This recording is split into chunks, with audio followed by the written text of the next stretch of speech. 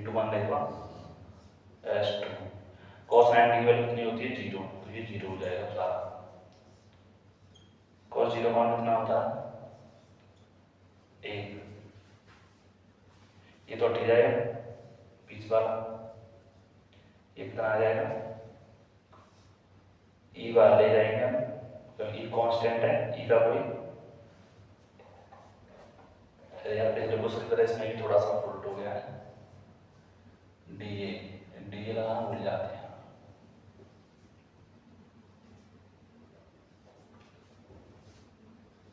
D लगा लेना, ठीक है,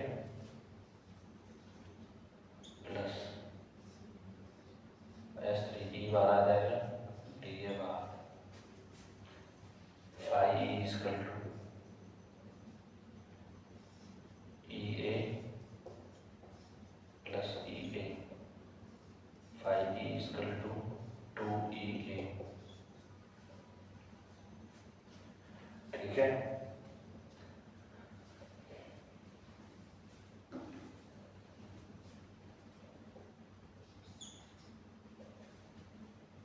जी ए है हमारा बेलनाकार पृष्ठ का पृष्ठीय क्षेत्रफल, ठीक है, ये हमारा ये है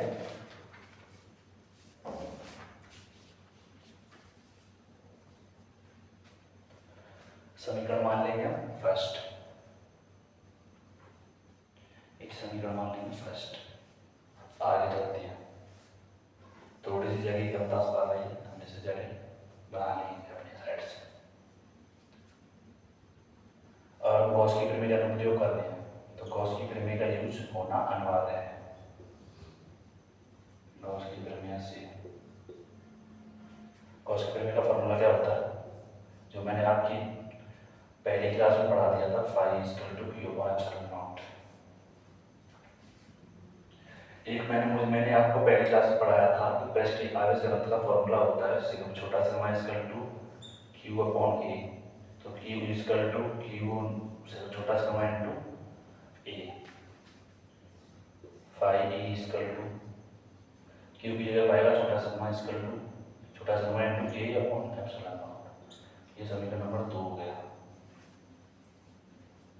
ठीक है, इसे मिटा देंगे यहाँ से। समीकरण 1 व 2 से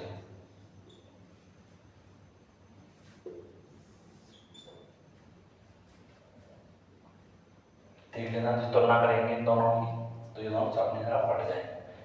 तो 2EA इक्वल टू छोटा sigma A into upon epsilon naught, A से A out, 2E equal to छोटा sigma upon epsilon naught. E की वैल्यू आएगी यहाँ पर छोटा sigma equal to 2E epsilon naught, 2 epsilon naught, ये फॉर्मूला पर यहाँ पर है प्रूव्ड, समझ गए ना। सौरभ दे रहे हैं कि सर दोबारा समझाना, हमें दोबारा देख लो, दोबारा देखो। ये क्वेश्चन कह रहा है कि अनंत विस्तार की एक समान आवेश समतल चादर के निकट वैसे क्षेत्र की तीव्रता ज्ञात करनी है, ठीक है। तो एक हमने चादर ली तो आवेशित करनी है सबसे पहले, तो या तो प्लस क्यू आवेश से करनी है या माइनस क्यू से करनी है, तो हम अपनी सुविधा के लिए प्लस क्यू आवेश से आवेशित करेंगे। तो इसमें प्लस क्यू प्लस आवेश प्लस चार्ज जो है बढ़ दिया, ठीक है। निकट, तो इसके निकट कोई पॉइंट मान लिया हमने P, ठीक है, r दूरी पर। कुछ बच्चे रहेंगे सर इधर भी मान सकते हैं, तो इधर मान लीजिए, कोई दिक्कत नहीं है। तो यहाँ पर P डैश आ गया r दूरी पर। पिछले क्वेश्चन की तरह हमने एक गॉसियन पृष्ठ की कल्पना की थी, तो यहाँ पर भी गॉसियन पृष्ठ की कल्पना करेंगे दोनों साइड, ठीक है। जैसे ये मार्कर है, ये एक तरह से गॉसियन पृष्ठ हो गया, बीच में मतलब यहाँ पर ये r दूरी पर P पॉइंट है कोई, ये गॉसियन पृष्ठ हो गया, बेलनाकार है। तो ये सपाट पृष्ठ, ये भी सपाट पृष्ठ, ये बेलनाकार पृष्ठ, ठीक है, कितने पृष्ठ होती हैं बेलनाकार सतह में? 3 पृष्ठ होते हैं, S1, S2 और S3।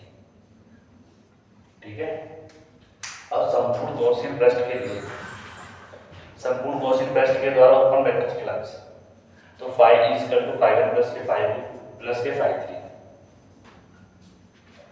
अब phi one, phi two, phi three के लिए हम छोटे अल्पांश की कल्पना करेंगे। जैसे कि ये हमारा कोई पृष्ठ है, तो इसके लंबवत जो क्षेत्रफल सदिश होगा वो बाहर की ओर होगा। जैसे कि ये रहा, जो डी है वो बाहर की तरफ है, और पैदल क्षेत्र की तीव्रता प्लस क्यू आर के कारण हमेशा बाहर की ओर होगी, बाहर की ओर। ठीक है, अब आगे हम H2 सरफेस पर।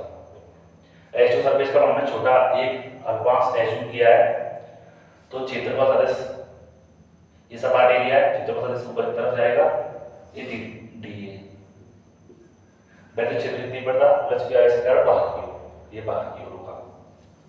ठीक है, अब हम आगे सरफेस 3 पर। यहाँ पर भी हमने छोटा अल्पांश एज्यूम किया है, ये सरफेस हो गई, क्षेत्रफल सदिश बाहर की ओर, वैद्युत क्षेत्र की तीव्रता प्लस क्यू आर के कारण बाहर की ओर। ठीक है, अब देखते हैं phi equal to E dot D A. कल मैंने आपको फॉर्मूला पढ़ाया था, ये क्वेश्चन में कराया कि ए डॉट बी बराबर होता है ए बी कॉस थीटा। ये शायद आपने 11th में ये फॉर्मूला पढ़ा होगा, वही हो रहा है यहाँ पर। ये ए बी है, A B vector into B vector. तो फाई इक्वल टू S1 के लिए E D A cos theta. ठीक है, ये फॉर्मूला अकॉर्डिंग यहाँ पर आ गया। S2 E D A cos theta और S3 E D A cos theta. और थीटा देख लीजिए यहाँ पर,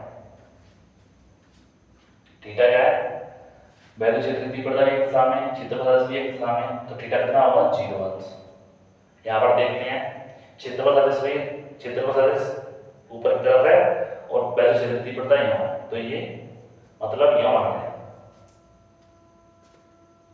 मतलब यहाँ बन रहे हैं, तो ये 90 डिग्री का एंगल बना।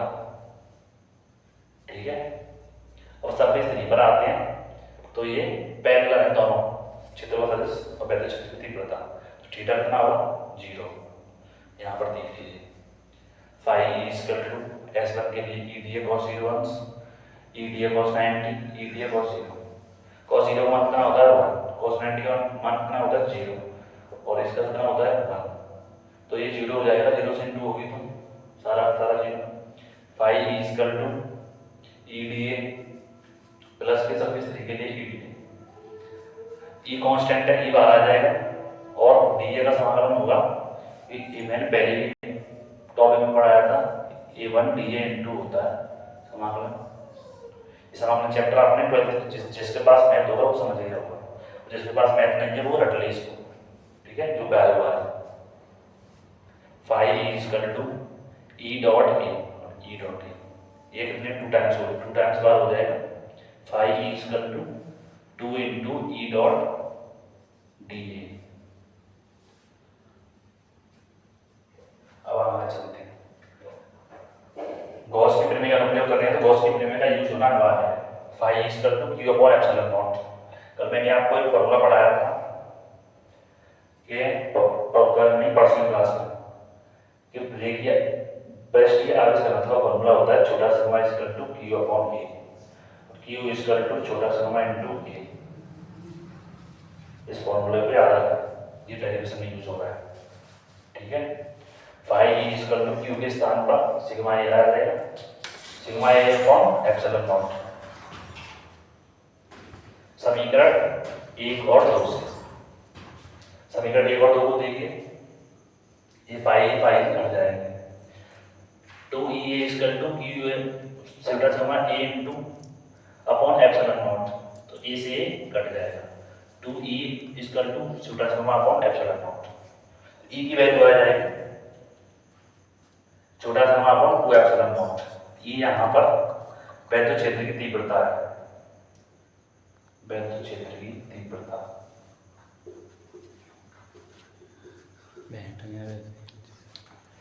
इस प्रकार ये डेरिवेशन समाप्त होता है। तो अब आज की क्लास को यहीं तक रखते हैं और आपके बोर्ड में 5 नंबर पक्के होते हैं।